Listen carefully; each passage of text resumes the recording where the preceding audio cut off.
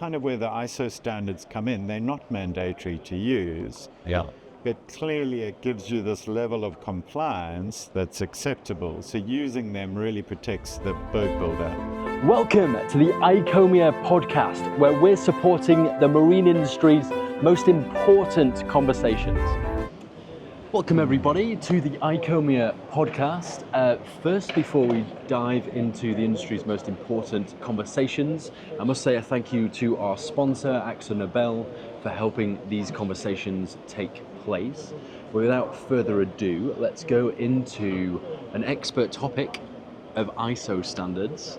I'm sure we'll broaden out a little bit as well into a few topics around the fringes, but nice to see you, Patrick. Hey Ben, yeah, nice to see you. You too. So I think to start this, it would be great to have some context about your background and where this comes from, because it's not just from your job role, it's actually from your experience and many years of doing deeply embedded things in the industry where all this knowledge and experiences come from. So could you give us a little bit of background of what you've done in the past before you enter the technical director role in ICO? Cool. Yeah, I'll try and keep it as short as possible. Yeah, go for it. Yeah. Well, I think like many others, I had a lot of different hats. So I think we all have different experiences within the industry. I started off with sailing with private owners on classic boats, the classic gap year. Which turned into 8 years. I was going to say, how many years does it turn into? Yeah. And but eventually, you feel the pressure to get a proper job. I studied at the Landing Yacht and Design School in Maine. All right. In the States, so I've got a design background. I took a particular liking towards multi-hulls, so quite lightweight. Cruising boats. And by design, are you talking about kind of naval architecture type design or product design or what? Yeah, actual yacht design. Right, okay, So following that, I was very lucky to kind of get an internship with Morelli and Melbourne, who are really well-known designers in California. Yeah. I ended up working for Gunboat for a number of years, and I learned a lot. You know, in that scenario, a lot of it's displacement based, so the equipment that's on those boats, really the whole weight scenario dictates it. So we were lucky, we could speak to owners and say, no, you can't have all these fancy house systems on your boat because you're a sailing multi-hull. So a lot of experience in that realm of both on the design but also working in the actual yard. So instead of being stuck away in a design office, it was very much a hands-on. Yes, you ended up seeing what actually comes to fruition and a bit of the reality of building it, delivering it to a customer, and everything that happens in the end. Yeah, it's a complex process, but it's nothing that.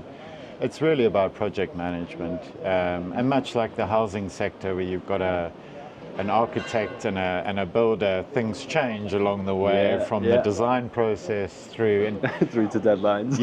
Delays. Like it's a reality. It's a reality, and then you've got this kind of owner jumping up and down at the end of it, but it's incredibly rewarding to be involved in that, to see someone's dream come to fruition. A lot of the boats I was involved with were custom, so there was always these tweaks over what they wanted to do, and particularly where they were going and what they envisaged, whether that was a world cruise or whether they were happy in the Med or not. Yeah, and I feel like that is really the core reason we have an industry anyway. Because people's leisure time, it's freedom. If they can dream it up on a fully custom level, then they dream it up, and you've got to try and make it.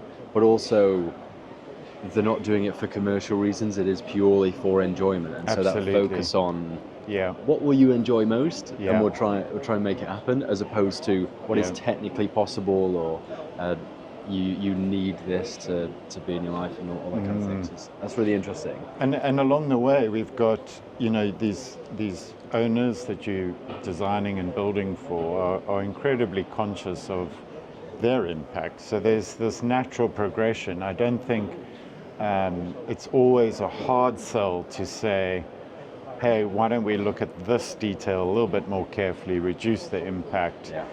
In those days, sustainability wasn't this catchphrase.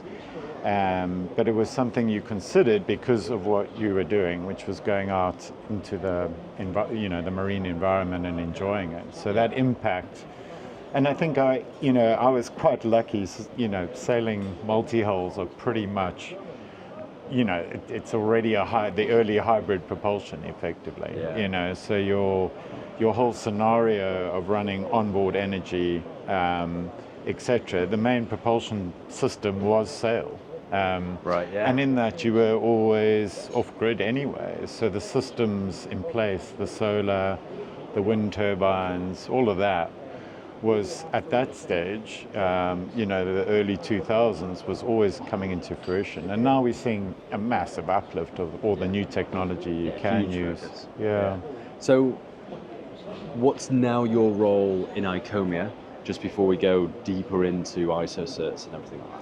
Yeah, so now I guess as a technical director, it's the role really on the ISO side. It's learning and sort of, we understand the industry is quite complex in that we've got very large boat builders, but a lot of them are SMEs, the small to medium-sized enterprises. Really our role is trying to help those SMEs, the smaller guys, at least learn from some of the bigger corporations, bigger boat yards, and what they're doing. So a lot of the work is in technical. It's pure collaboration between,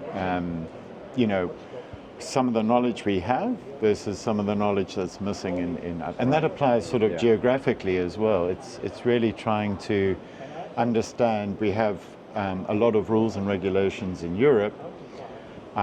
There's similar ones in the US, but there are gaps elsewhere, and it's trying to just tie those all in together.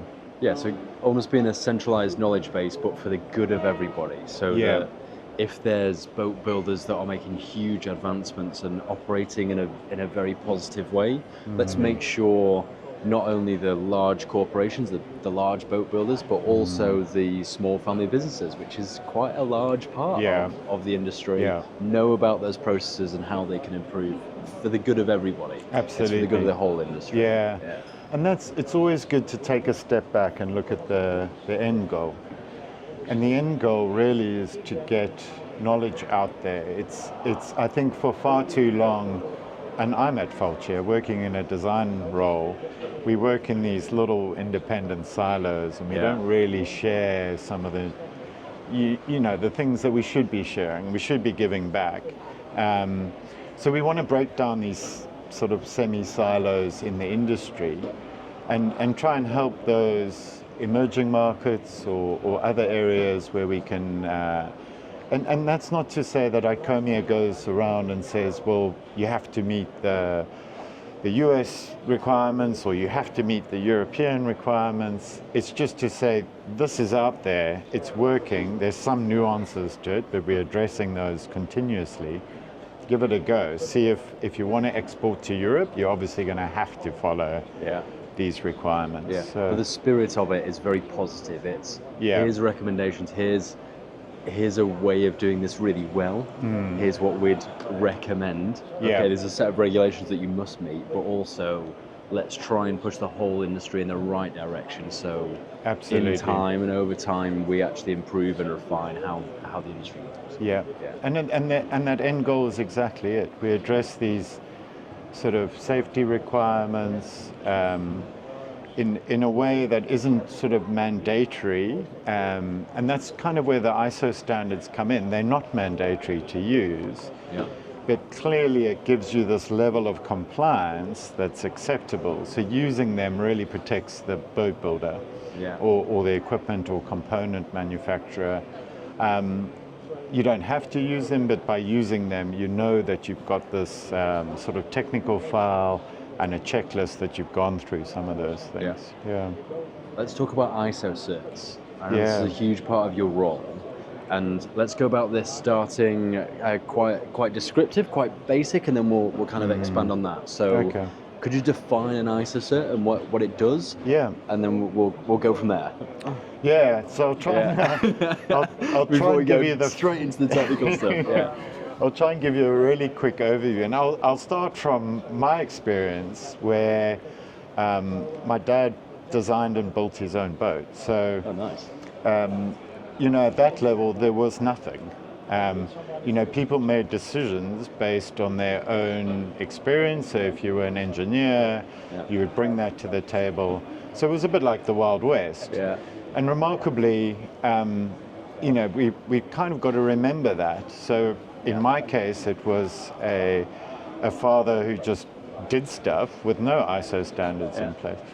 And that was a long time ago. Now we've progressed to the point, and I think with that, the role of ICOMIA in this is really so we financially and physically support the work of ISO TC188, which is really a small craft technical committee.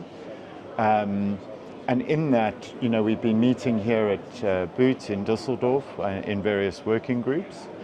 And what that means is we have all these standards, and there's roughly 80 odd standards applicable to small craft. Not all of those are, some of those haven't been revised recently, but they all undergo sort of systematic review. Working groups look at that. We receive improvement comments from industry-wide and try and feed that back. So is that a little bit from the learnings and what's taken place, but also things like the technologies and materials available? Absolutely. In 2025 are going to be very different from the 1960s, 1970s. Yeah. No, 100%. And things evolve, and you have to keep up. And that's where some of these ISO standards are quite tricky. When you're dealing with lithium-ion batteries, onboard energy supply, just navigation per se has changed remarkably. So it's a continual evolution. I don't think you can ever sit back and say, well, this will be the standard forever. In that, within this role, and we're incredibly grateful for the support, because really it's volunteers from the industry, from some of these bigger companies who are able to afford, that do give back into So the expert knowledge, ISO wouldn't work if we didn't have this expert participation. How would it work if they didn't have the expert participation? Because I see it as it's a tiny industry. We always think we're huge. It's a tiny little segment. If you put it next to the automotives, the construction industry, like big players like that. So we're often not a major consideration at government level conversations and regulation standards.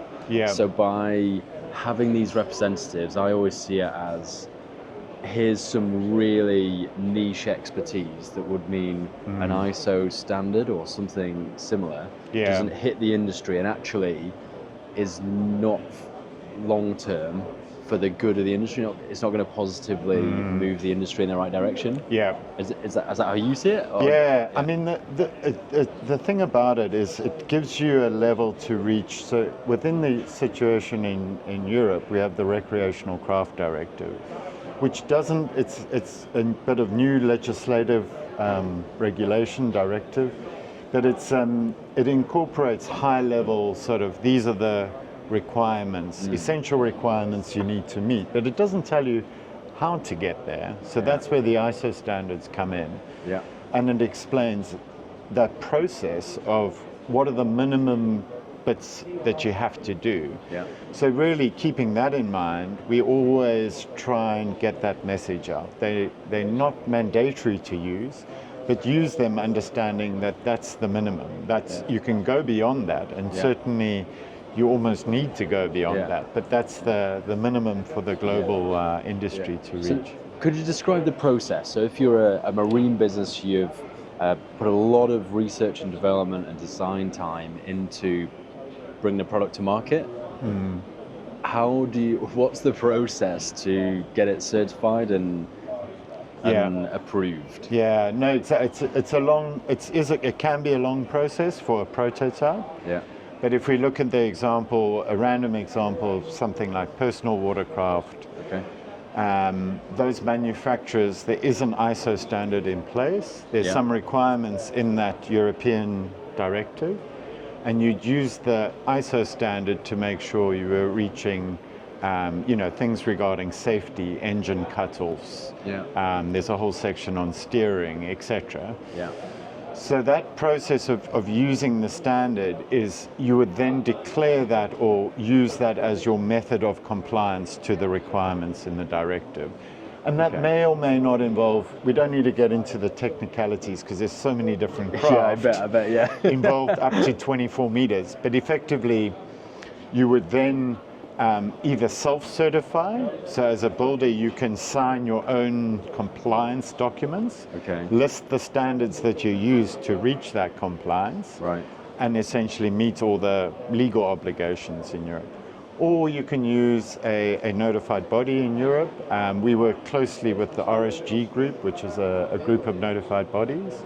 And they're really at the forefront. They're the ones who are looking at, and they contribute a lot towards the development of ISO standards because their feedback is really valuable. They're using them every day, continuously across different builders, and they can spot maybe where some of the gaps are, or where the grey areas are, where there's maybe a misunderstanding. So they become really refined set of ISO standards that they'd recommend to meet, rather than internally developing your own and saying, these are the standards of our brand, of our organization. You could actually tap into formally recognized wider ISO standards. Absolutely. Right.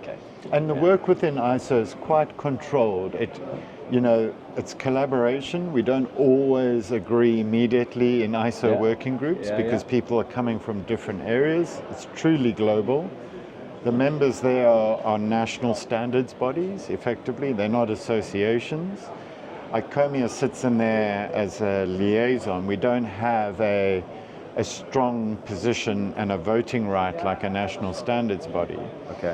But what we can do is achieve that neutrality in it. So we do agree with the ISO principle. You leave your commercial sort of side at the door, and you come in and you're really not promoting your own company or your own technology type, or you're staying agnostic around certain areas, and you're essentially coming with a potential solution or solutions to a challenge, and you try and not bind that in to say this is the only way you can reach this target. You say the target's there, these are possible methods to achieve that, and it's as far as possible non-descriptive in its way. But obviously in certain cases, on all the electrical stuff, you do need to be fairly that's so important, just to make sure that it maintains its integrity. Absolutely. Because as soon as there's bias there, then absolutely. we can't be doing that. It has to absolutely be from a neutral position to 100%. make it a fair, competitive market that truly has regulation and ISO standards as the primary objective. Absolutely. Rather than something such as commercial incentives. And it sounds crazy, but we're actually lucky. In this industry, we have so many people willing to give back. There's a lot of knowledge out there from these notified bodies, from the yards themselves, from the component manufacturers. We often find they want to contribute. It's also ICOMIA's role to try and make that process easier. So going back to my work as a designer, I found it incredibly complex to know which standard to use, what it was applicable to. Some of the wording in standards can be quite awkward, can be very technical, and that whole process needs to be engaging. So if it's long-winded and it's incredibly difficult to get to the nitty-gritty of what's actually needed, we often find that the smaller guys just give up, and they won't go down that pathway, and they'll revert back to their own sort of in-house knowledge. Right, so you need to find an area where it's the optimum point, where it's achievable for the majority, if not all, but still has a positive impact at the end of the day. It's that balance. So I want to touch on sustainability. Obviously, it's a huge theme of the industry. I think we should take a huge amount of responsibility for it. Obviously, that applies across every industry, but in particular, because we enjoy the marine environment so much, that's going to be something that's impacted significantly. how does the ISO standards and all that effort around it, how does that push us and make small steps in the right direction to actually achieving the enormous challenges that sustainability presents to our industry? I'm glad you said small steps because not one huge leap. Often with the standards development and the work within that, it is quite, it's not cumbersome, but it's slow. Yeah. So an average standard takes 36 months, 3 years to be developed from a sort of new work item project all the way through. And that's if everything kind of goes right. That's it can be 4 years. That's smooth. Yeah. Right, okay, yeah. Having said all that, we do have various mechanisms where we can address certain things. On the, sustainably, the sustainable environment question is quite vast, depending on which sort of angle you take and which standards you look at. But we are incorporating a lot of new technology back into standards. So the work that's ongoing, one of the key projects is a technical specification initially, which will get turned into an ISO standard that really deals with onboard energy. Okay. And effectively that incorporates, it's mainly around propulsion and fuel consumption and energy consumption. But it also ties into another topic with life cycle assessment, where you're able to really be able to measure. So I think the first step in a lot of these sustainability topics is to know where you are, what not just what we're trying to change or achieve, but have some data as a yard or as a builder, and how to measure that. So it's all very well saying the yard A is doing X and yard B is doing Y. That's great, and they can be able to compare internally across their own model range how they're doing as they progress. But one of the key indicators that's going to come into fruition is this ability to, and not just in a marketing sense, but to be able, for the consumer at the end of the day, to be able to read a life cycle assessment report from a manufacturer and say, that was tested under the same variables as manufacturer B. Right, so that way they're comparing apples for apples, absolutely. And it's really transparent for that end user, rather than just a marketing message or something that's a little bit more intangible and ambiguous. To create that real transparency for the end user is the goal. Absolutely, and it's the transparency that is key. I'm a very big proponent of having, knowing where the data comes from. So in all these sort of calculations and stuff, you and I buy a washing machine in Europe, and it's rated, and it's either an A or an A plus or an A plus plus. That is great. That's one indicator, but we're not always sure how that sort of indicator is achieved. We don't know the intricacies of washing machine manufacturing. We don't absolutely. So when they use a technical term, we're like, well, what does that mean? Yeah, so it's absolutely transparency. It's transparency, a real clear message. Yeah. And on the consumer side, we want them to be able to try and understand and compare, and not just on a sort of direct comparison to say company A is marketing this and company B is marketing that. Yeah. It's that apples versus apples. Find a uniform way of measuring LCA.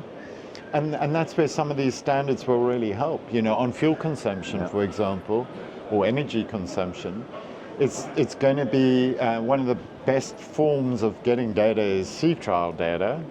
So actually put the propulsion system, the transmission system, the propeller types, put everything onto one boat. You can gauge it on your own hull efficiencies, whether that's foiling craft or non-foiling craft.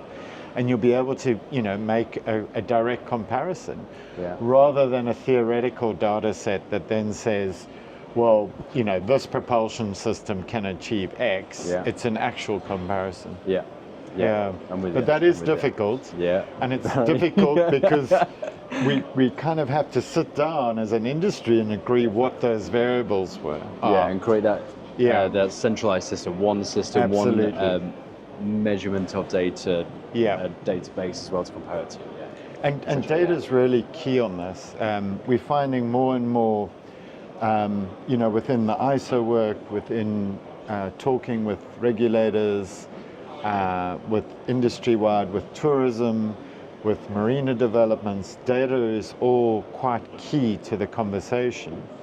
And it's not that we need massive amounts of data. What we need to know is that the data we're getting is quite secure and we can understand it. It really reflects the actual industry. Yeah.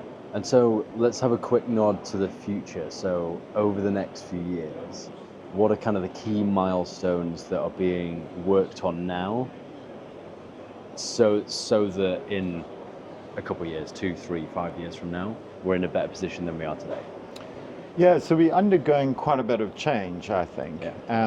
We're in a bit of this, both politically, globally, and the industry's got to really focus, I think, on what are the key variables. If we go back to the life cycle assessment, but what are the big items? Let's address those first. It's not all about propulsion at all. You'll see a lot of these data sets, once you've run the numbers, the actual usage hours in our industry are so low and the lifespan so long that actually a lot of the sort of climate change indicators, so that's CO2 emissions, for example, aren't always in this use phase. They're actually in the manufacturing phase. Yeah.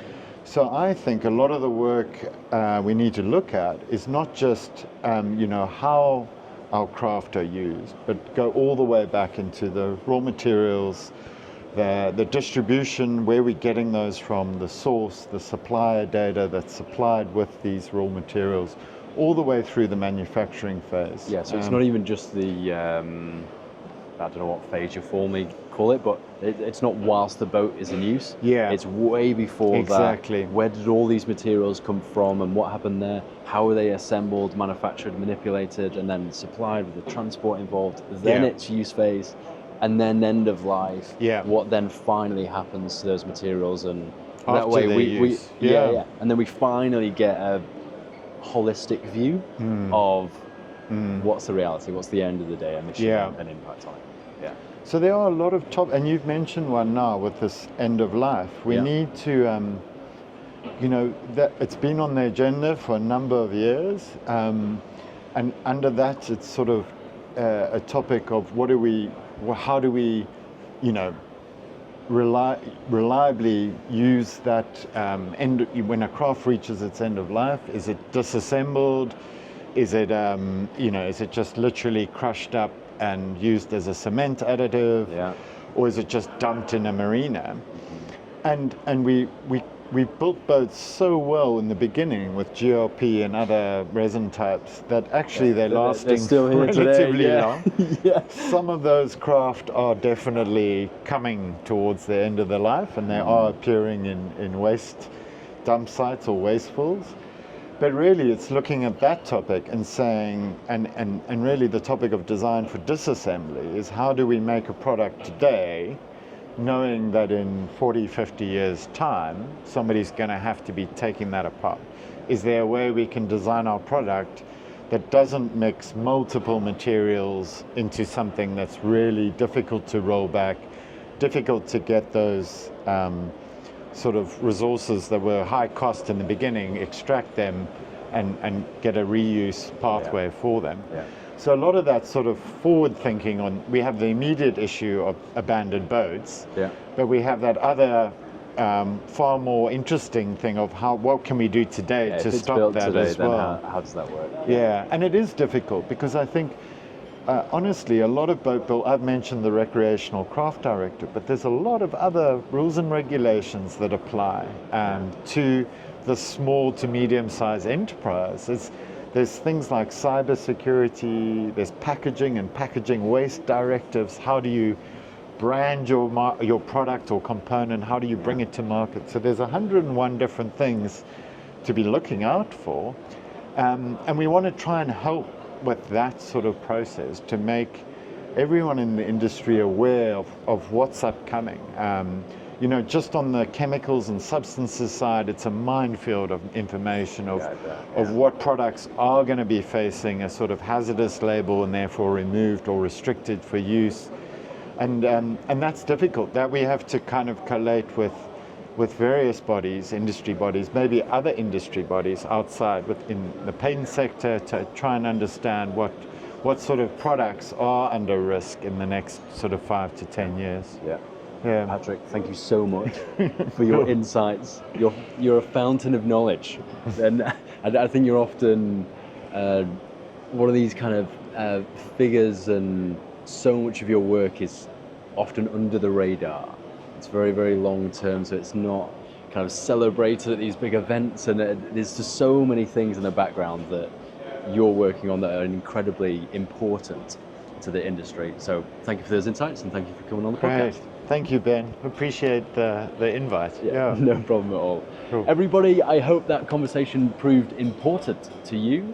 Just before we wrap up, I want to thank our sponsor, AkzoNobel, for helping these conversations happen. And all being well, we'll see you on the next episode. Bye for now.